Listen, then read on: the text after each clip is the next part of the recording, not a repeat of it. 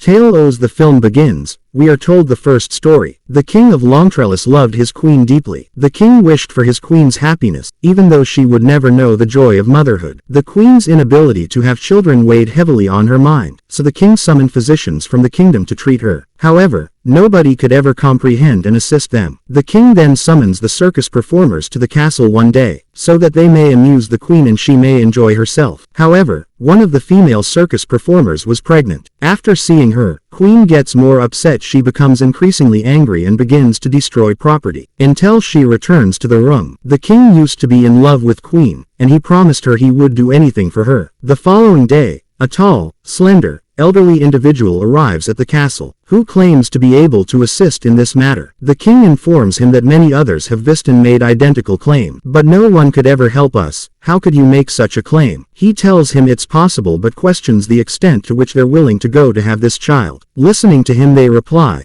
up to last limit. The old man says that I know how the nature works. The entire world is instability, and he says that if you want to get a life, you must also sacrifice one life, so that everything remains under balance and nothing could imbalance. They both agree for it. The king was given the target to capture the sea creature. After elimination, his heart would be used to cure. The lady who would cook the heart must be pure and single. The queen would eat that and will become pregnant after that, as they wanted the child, so the king goes out to chase the sea creature, and he gets the target in one of the river, who was very big, white-colored monster. The king goes into the water to hunt that, and when that monster was asleep the king becomes succeeded. Though he succeeds in elimination, but during the fight he gets injured. He becomes so injured that he dies at the spot. But before that he had drawn the heart out of that monster, and the queen herself covers that heart in the cloth and comes back to the castle. One of their maid was single and pure, and she was ordered to cook that for the queen. But during cooking she gets wired feeling, and she also becomes pregnant. And when that heart was cooked, the queen ate it, and the same thing happened as the old man had predicted. Finally the queen becomes pregnant, and exactly at the same time, the queen and that maid give birth to their childs. Both of those were sons. The queen names her son Elias and the maid names her son Jonah. Then movie was shown after 16 years where those kids were grown up. No, the queen was very happy with her son, like if she was given the new life. Those two kids were born at the same day and were different from normal children. Their hair was white, symbolizing the sea monster, and they both looked the same. They seemed as twins. They were close friends who enjoyed each other's company. But the queen never liked their friendship. She used to explain her son that you are prince, and you can't be friends with maid's son. But Elias never listened to her mother and used to meet up, and they had the ability to breathe within water.